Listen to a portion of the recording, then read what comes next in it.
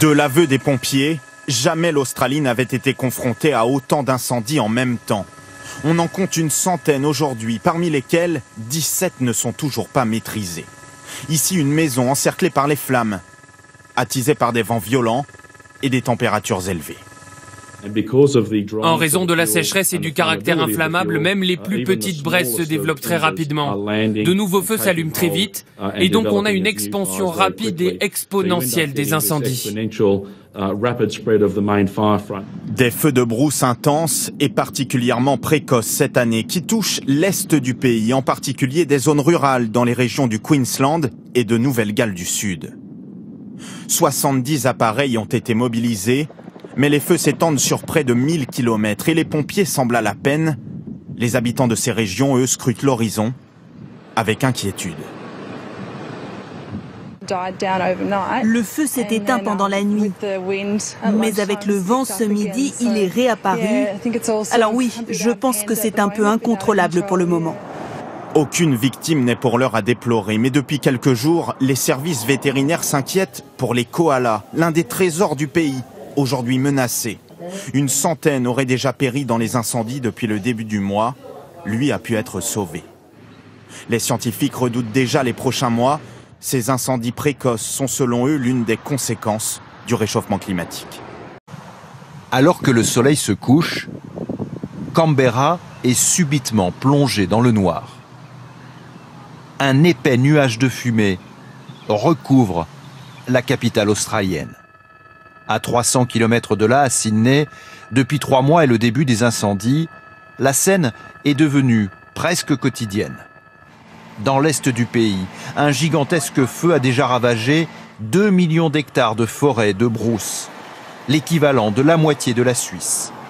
Les pompiers australiens n'arrivent toujours pas à contenir la progression des flammes.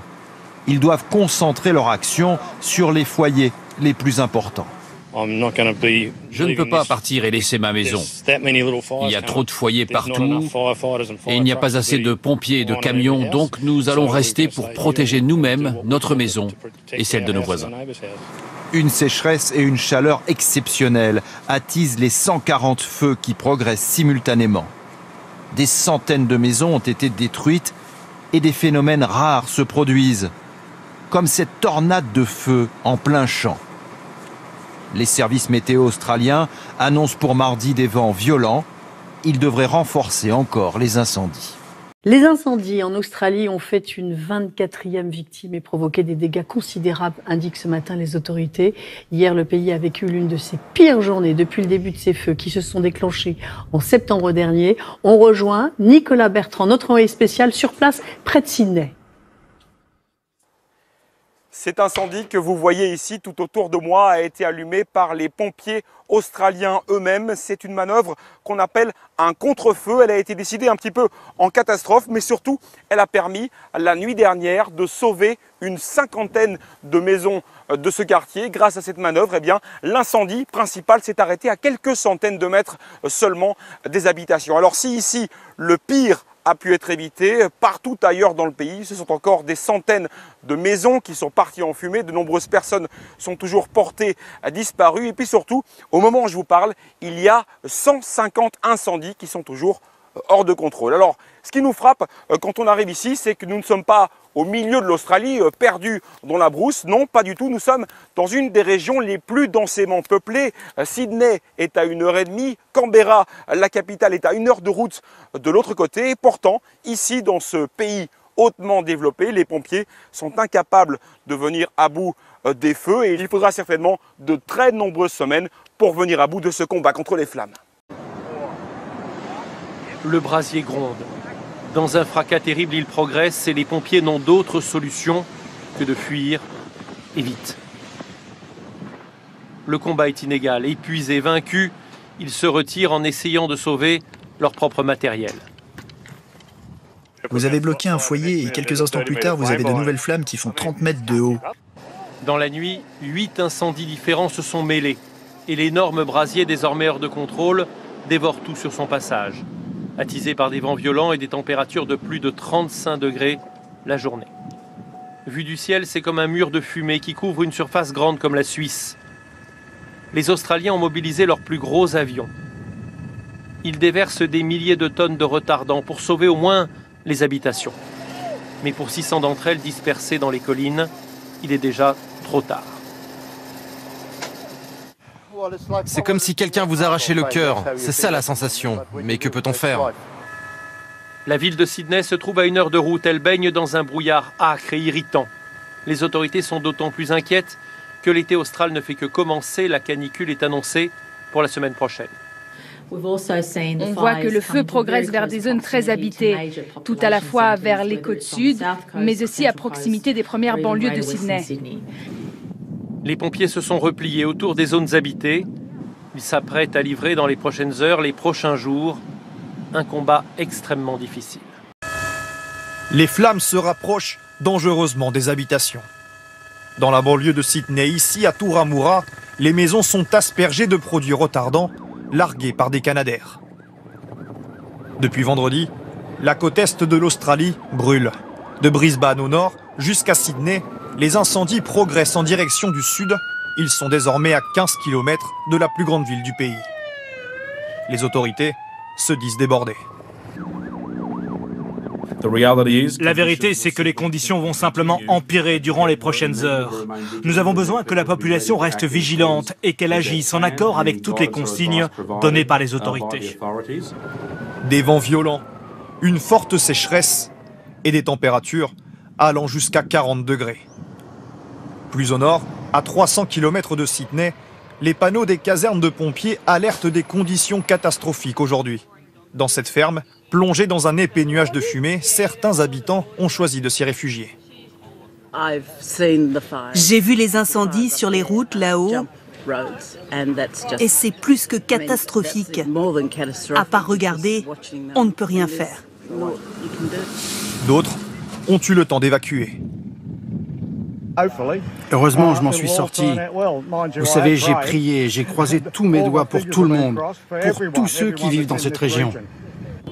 Une fumée noire plane désormais dans le ciel du centre-ville de Sydney. En une semaine, les incendies ont déjà causé la mort de 3 personnes dans le pays.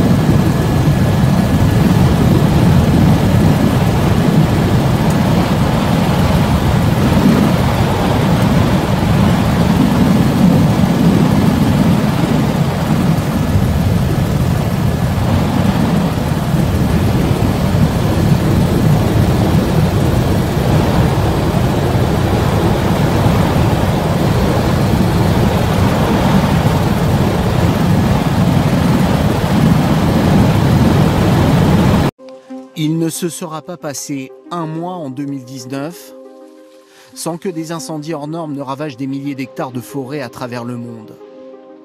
De l'emblématique Amazonie l'été dernier aux collines de Californie il y a quelques jours, en passant par ces gigantesques feux de forêt qui ravagent encore le sud de l'Australie. Ambiance de fin du monde sur la ville de Sydney cernée par des fumées suffocantes et des arrois chez les pompiers dans ce pays où plus de 5 millions d'hectares viennent de partir en fumée. Vous avez bloqué un foyer et quelques instants plus tard, vous avez de nouvelles flammes qui font 30 mètres de haut. Même détresse cet automne chez les sauveteurs indonésiens confrontés à des incendies déclenchés par des records de sécheresse. On est en ce moment au pic de la saison sèche et dans 1 à 3 semaines, on n'aura plus du tout d'eau pour éteindre ces feux. Et sous des latitudes encore plus surprenantes, les pompiers de Sibérie, impuissants cet été à circonscrire des incendies qui ont ravagé plus de 3 millions d'hectares de taïga dans le cercle arctique. Un embrasement généralisé que viennent de confirmer les données des satellites européens, Copernicus.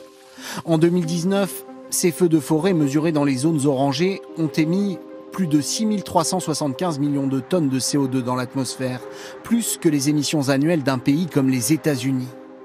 Effet incontestable du dérèglement climatique, selon cette ONG. Le réchauffement climatique est un facteur d'aggravation en fait de ces incendies, c'est-à-dire qu'on va beaucoup plus facilement rentrer dans des incendies qui sont incontrôlables et qui brûlent tout de suite des millions d'hectares. Alors qu'auparavant, on avait des incendies qui avaient des causes naturelles, la foudre tout simplement, qui brûlaient quelques milliers, quelques centaines d'hectares et qui ensuite s'arrêtaient naturellement. Les défenseurs de l'environnement qui s'inquiètent aussi de pertes irréversibles de biodiversité, des koalas d'Australie aux orang-outans d'Indonésie. L'opéra de Sydney et les gratte-ciel du centre se discernent à peine. La ville est plongée dans une brume épaisse. La conséquence des incendies qui ravagent le bush australien. Certains feux sont désormais tout proches, comme ici à Balmoral. Dans ce lotissement, les pompiers n'ont même pas réussi à défendre toutes les maisons. Nous sommes en train d'être évacués. Mais maintenant, je ne sais pas s'il n'est pas trop tard pour partir. Plus d'une centaine de feux actifs et toujours hors de contrôle, rien qu'en Nouvelle-Galles du Sud. Les pompiers sont débordés par une situation qui dure depuis plusieurs semaines. Situation aujourd'hui critique. Étant donné l'extrême sévérité des conditions météorologiques, la Nouvelle-Galles du Sud sera en état d'urgence pour 7 jours. Depuis quelques jours, l'Australie bat presque quotidiennement ses records de température. Hier fut la journée la plus chaude de l'histoire, 50 degrés au soleil, près de 42 degrés à l'ombre.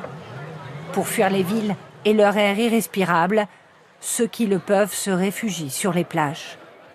Il fait vraiment chaud. Quand on sort, on peut à peine respirer. L'air est chaud et moite. La chaleur est extrême et on sent que le soleil brûle plus. Une situation qui serait la conséquence directe du réchauffement climatique, selon les scientifiques australiens. À l'entrée de l'été, certaines villes sont déjà à court d'eau potable. Ce matin, la Nouvelle-Calédonie s'est réveillée sous un nuage de fumée. Un voile de brume épais qui recouvre Nouméa. Les habitants surpris ont dû changer leurs habitudes. J'étais partie avec la ferme intention de marcher et puis je me suis aperçue qu'on ne voyait pas très loin, c'était très brumeux. J'ai vu une lune qui est rouge et j'ai vu aussi, on dirait, brouillard partout. Ça peut être le feu en Australie. À 1500 km de là, sur la côte est australienne, les feux dévorent toujours les États du Queensland et de la Nouvelle-Galles du Sud. Les dégâts sont nombreux, 3 morts et plus de 150 habitations ravagées par les flammes. Des feux de brousse imprévisibles qui inquiètent les autorités locales. Cela pourrait être le pire incendie que ce pays ait jamais connu. Depuis quelques jours, les fumées portées par les vents traversent la mer de Corail et planent au-dessus de la Nouvelle-Calédonie. On a une première vague qui est passée cette nuit et ce matin. Au sud-ouest de la Nouvelle-Calédonie, on a une autre zone qui devrait nous aborder cette nuit et probablement nous concerner encore demain mardi, voire peut-être même jusqu'à mercredi. Poussière fine, odeur de brûlé, le phénomène est inhabituel. Mais les contrôles sont rassurants selon l'agence qui mesure la qualité de l'air. La fumée ne serait pas toxique. Seules les personnes sensibles sont invitées à rester chez elles et éviter toute activité sportive.